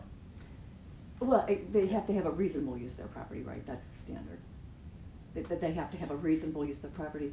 So I don't know, Mark, are you from Fort Thomas? Yes. And you're a lot younger than me, but when I was a kid, so the way Fort Thomas grew up was the entire west side of the CBD were homes. Were homes. And I think around 1990, somebody came up with the idea, change the zoning and make those businesses. One of the things that and Lisa, you can talk, this has been discussed, is when the zoning is changed to allow those properties to go back to single-family homes, that could happen over there. But I believe the standard is for a taking that it has to be a reasonable use. Anybody who is in these two districts, for 21 years, these standards have been in place. So I guess, I agree with you. I think these are all really good questions and debates to be had. And, surely I don't want someone coming up to my house and saying, whatever. But I didn't buy in that neighborhood. If you bought back, like we're talking about in Alexandria Circle, and in your restrictive covenants, it says you gotta do this, this, and this, That's what you bought. Hmm. So, but for the purposes of this board, you know, this board was created, and it's in the ordinance. I would be glad to send those ordinances to you guys to regulate. This board is here to regulate. So if you're a kind of a person who's thinking, oh, I don't like regulating, then, you know, it's probably not the best board. But if you're a Yeah. person who is like, you know, and I understand that the way this board grew up, it seems like nobody really had a clear understanding, or at least for a lot of years. There hasn't been an understanding that the ordinances even existed.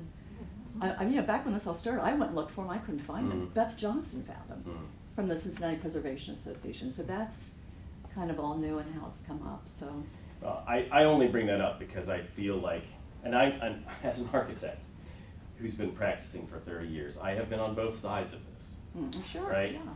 And I just present this as saying that there's more nuance to it than simply enforcement, because there's a lot more to, this is my own interpretation on the evaluation of strict regulation, and also understanding, as I said, that our whole entire existence is based on a certain constitutional perspective of that it has to be essentially not an unjust taking. That is sort of the foundation. Well, so, and of if we're this talking existence. about that, I mean, I think you guys really do need then to get some training on an understanding of what a taking Yeah. is, because that wouldn't be in the purview of this board. You know, a taking, as defined by the Supreme Court, is that you have, and am I right, Lisa, that you don't have any reasonable use of your property, right? That is not true. No. Well, so what is a taking? So Because I thought you it- told us that it had to have a reasonable It has to use. have a reasonable use of the property, however, reasonable is different in every individual situation. Mhm. And in recent court cases, reasonable is becoming more narrow, or actually probably broader, in terms of what the Supreme Court is doing. So yes, you have to have a reasonable use of your property, you have to be able to use it in some way. But it's going to depend on each individual circumstance as to whether or not it's reasonable, given what regulations that are on the property. So you can't just, pardon what I'm about to say, but it's a little bit like what Justice Brandes said about porn. I know it when I see it, right? I mean, there is no way to definitively tell you what a taking is, because it's very dependent upon each individual piece of property. But yes, you have to give them a reasonable use given on that property, given the situation. So to give you an example, I worked in a community where they rezoned all of the businesses to single family. And the reason they did that is because they wanted to force everyone to come in front of the city council in order to get approval. They were taken to court and they were sued because this 3-story building that had been an office for 20 years could not become a single family home. In that situation, it is clearly a taking, because that is not reasonable, given all of that. But it is very much dependent upon the situation.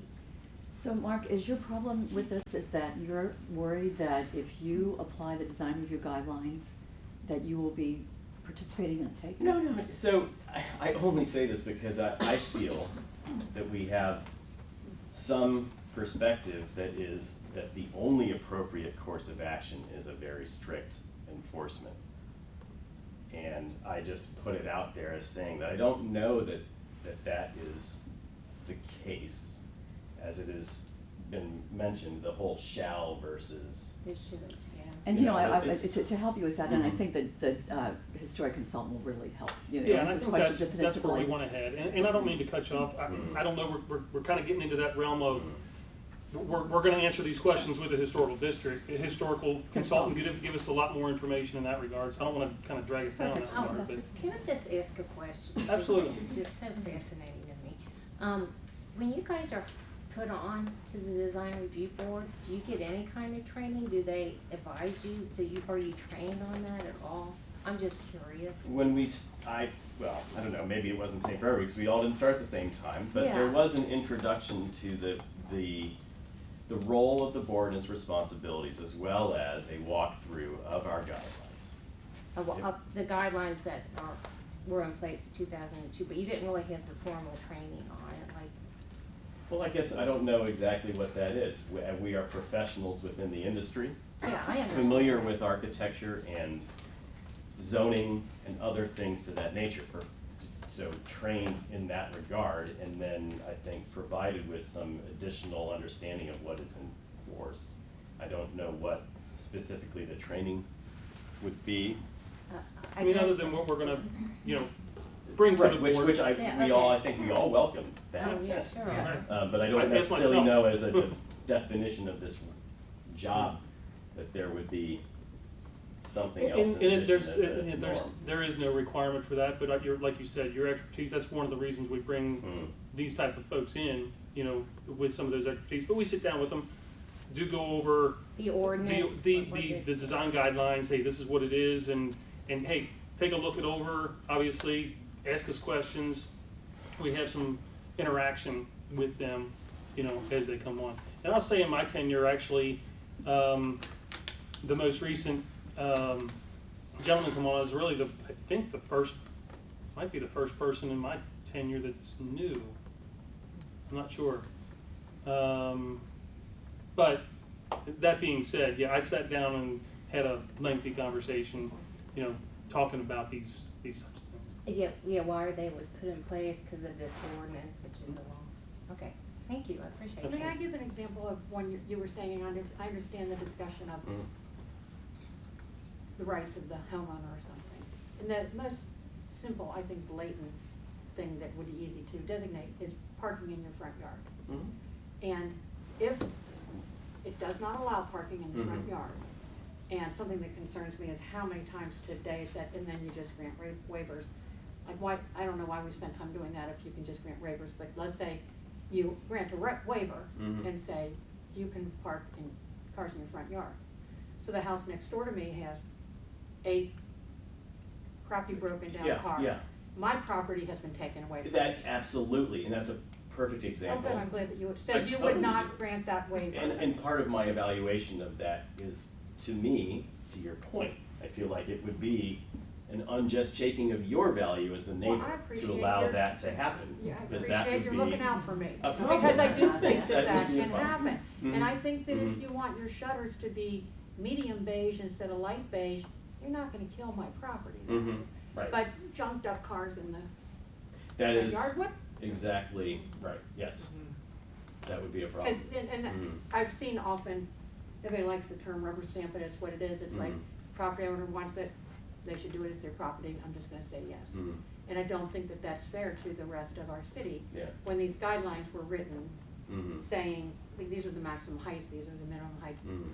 you need to stick with that. Mhm. You know, if it exists, your grandfather did, you don't Mhm. need a waiver. Mhm. However, if the building comes down, you've got to rebuild it Mhm. with the new guidelines.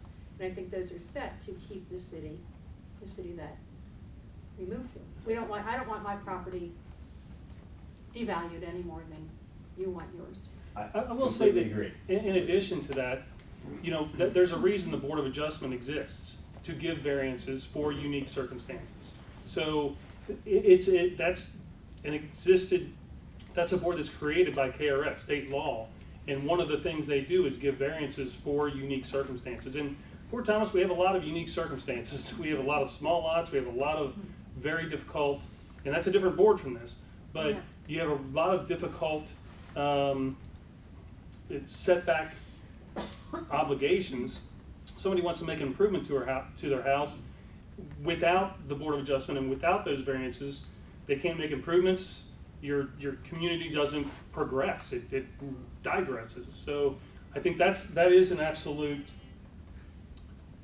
you know, it is a board that is granted that authority through state law.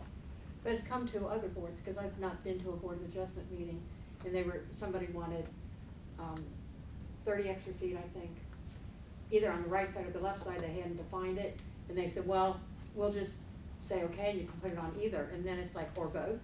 Well, yeah, and then all of a sudden you got a 60 feet side setback. Well, you know, It was and like getting- Elisa said, these are individual cases for individual circumstances. So I don't want to say anything about, you know, the 30-footer. I can't speak to that one. But, you know, in the case of the Board of Adjustment, you know, those variances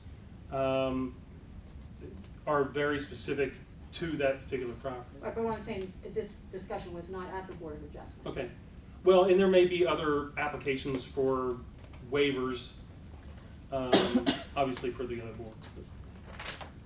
Well, Can I ask a question? I don't wanna elongate this for you guys, cause I know it's been a long night.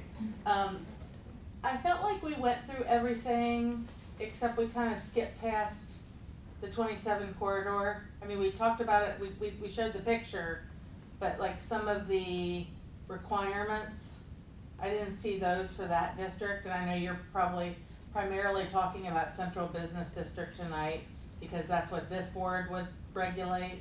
So there are design standards and there are development standards.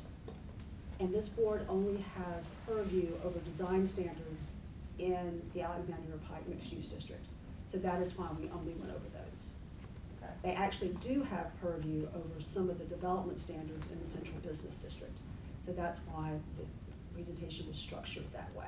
But the development standards for the Alexandria Pike district are not under this board's purview. So when will we hear about that piece, since? So that was done during, the initial draft was done during phase 2, and that document is up on, somewhere on the website. And in January, you will get a complete draft of all of the phase 2, so all of those chapters will be in one place, because they came out piecemeal throughout the year. So you'll get a complete draft of phase 2, and then you will get a complete draft of phase 3. And then who will be making decisions about that area? So the planning commission will then be making will be making a recommendation to the city council about development standards. And development standards are things like setback and height and those sorts of things. Because we feel pretty special over there too. Absolutely. Not just I mean, we love Fort Thomas Avenue, but we feel pretty special too. But again, Well, that's why we created that district up there. We want to help regulate, of course. Yeah, but the mixed use district only governs non-residential. All of the single-family homes will be governed the way they are today. So the single-family homes are not changing in terms of how they're zoned. If you are zoned R1C today, you will be zoned R1C after the end of this process. So the homes themselves are not being touched as a part of this. The zoning is not changing. The mixed-use district only applies to those non-residential properties. Yeah, we're just trying to avoid the 44,000 foot storage type facility situation occurring over there. So again, storage is not even a permitted use in the Alexandria Pike District, as Praise it's the currently Lord. drafted. I'm sorry? Praise the Lord. Oh, So that reminds me, at the top of Bivouac, what's that called, residential, commercial? it's called neighborhood commercial office. Okay. The house across the street, I don't know if the number is 4, it's the Balmer House at the top of Bivouac. It was not included in that today, but I didn't know if that map was existing, if they were going to try to like maybe take that one piece and put it in there.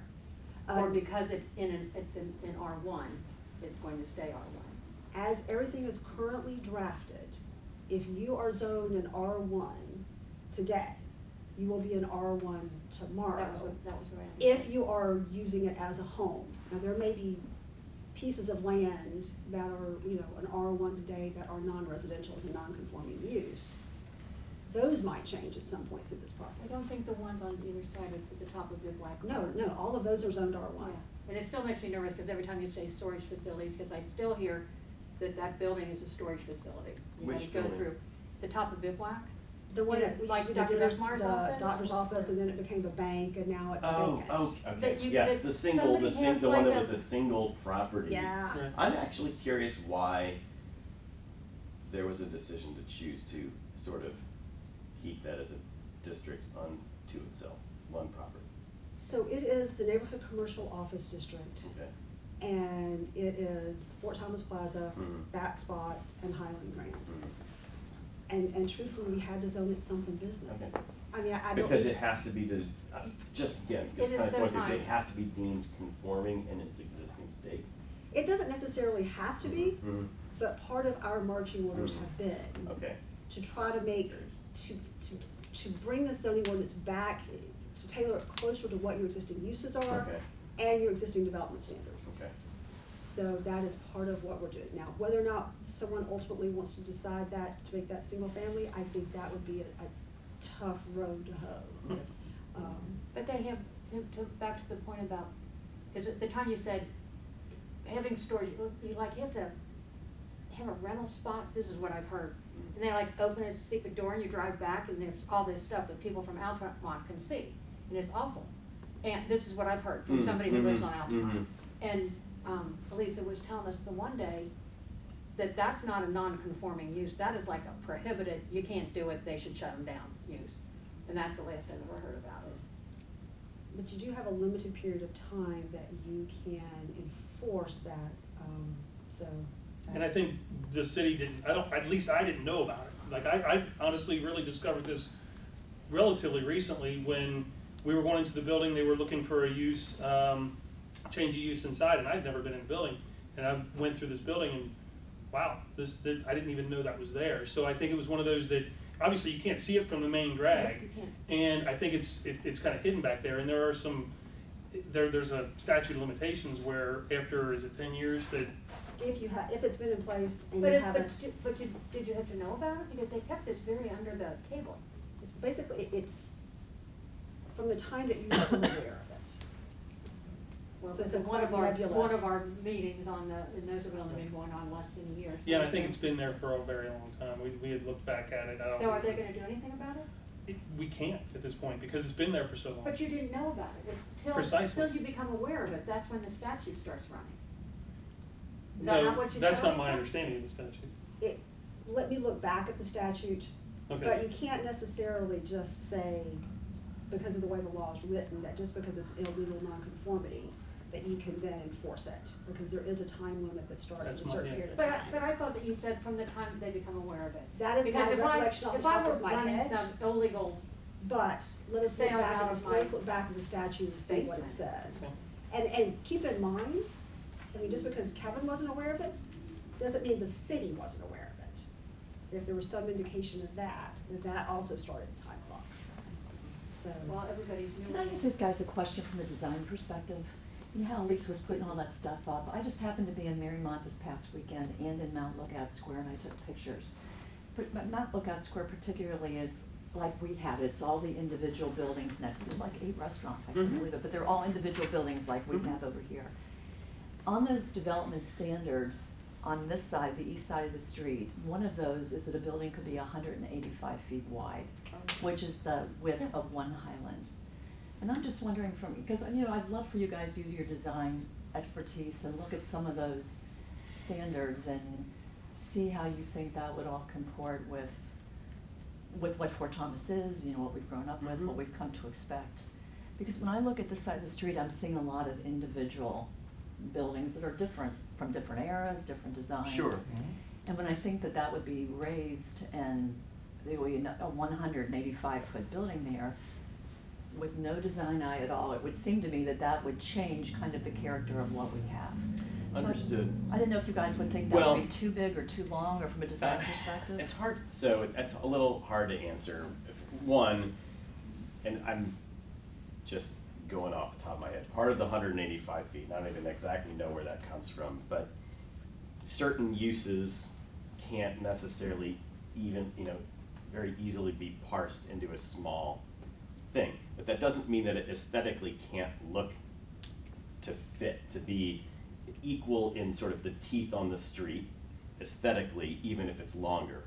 So, I know I've been a part of several mixed-use projects where the aesthetic of a building, which is longer, looks very much the nature of this side of the street, where it visually looks like 60-foot sections by changing materiality, by slight changes in plane, and then as she was going through some of these requirements, the notion of the 60-foot door, or the door every 60 feet, the percentage of glass and that the distance that glass must be from the ground, and then was there a datum above the first floor? Yeah, there Datum is. above the first floor, like all of these things that are prescriptive are trying to define a thing visually that has the character of what you're talking about, of breaking down the scale, of relating to the sidewalk and the pedestrian, and not seeming to be just one large An mass. edifice. And one of those things in there was an offset at 30 or 60 feet Mhm. to make it have that feel required offset. You can't have a mass straight across. There was, if I'm not mistaken, required offsets at 30 or 60 feet, to Right. create more of that, Yeah. feel and not just mass. So that's exactly what Elisa's So done, that's, and that's We the fought hard for objective. that. It can be done successfully. It can also Be done on it. not be done successfully, but it's the intent is to try and create that scale. okay. I don't think you've spoken yet, so we'll take one more. Try to, won't look at that sarcastically, but. no, it given- wasn't sarcastic, No, it was just, hey, let's, No, I'm being funny too. Given the late hour, this is for you, Elisa, so please don't go into this in detail. I just sort of want to know possible direction, and this is regarding the Tower Park overlay. So as I understand it, there'll be basically the MOA for Alexander Circle, and then the Department of the Interior for Green and Pearson. Am I right about that? Correct.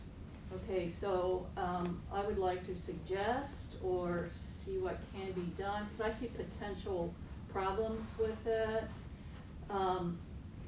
I think it would be advantageous and easier for the DRB and everybody else to have one set of guidelines, regulations. I think or if you don't wanna do that, to have some specificity, sorry, had oral surgery, my lips aren't moving right. Because the Department of the Interior sometimes doesn't address things that I can tell you from living in Tower Park that would need to be addressed more specifically. Just for clarity and, well, just for clarity, for everybody, to you know, as you said, Peggy, somebody buys into Alexander Circle or any of the residential areas, you would think that they would know what they're getting into and there wouldn't be shock or surprise or anger or anything negative, but I can tell you that there is. And there are people who just don't want to follow any guidelines there and have made it clear. They don't give a whiff about history or anything. So, and I'm not asking for fine point, you know, ridiculous definitions and restrictions, but I think something like the MOA, which I think is great, I think it would be better to extend that to Green and Pearson, and if that can't be done, could we then somehow make something, add something that approaches the MOA that, you know, was in existence when the, you know, circle was bought? So. Again, you can do a real simple. I'm gonna give you a real quick answer. Real quick, yeah. So the guidelines that came when Alexander Circle came in, those were then placed into chapter 36 Right, and given this board the authority to review under that.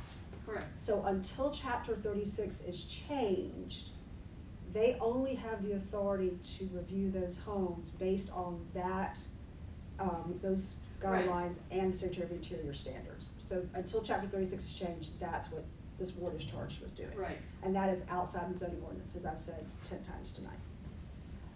In terms of having more specific guidelines for Pearson and Green, that's something the city will have to take up outside of this process, and whether or not that happens or not.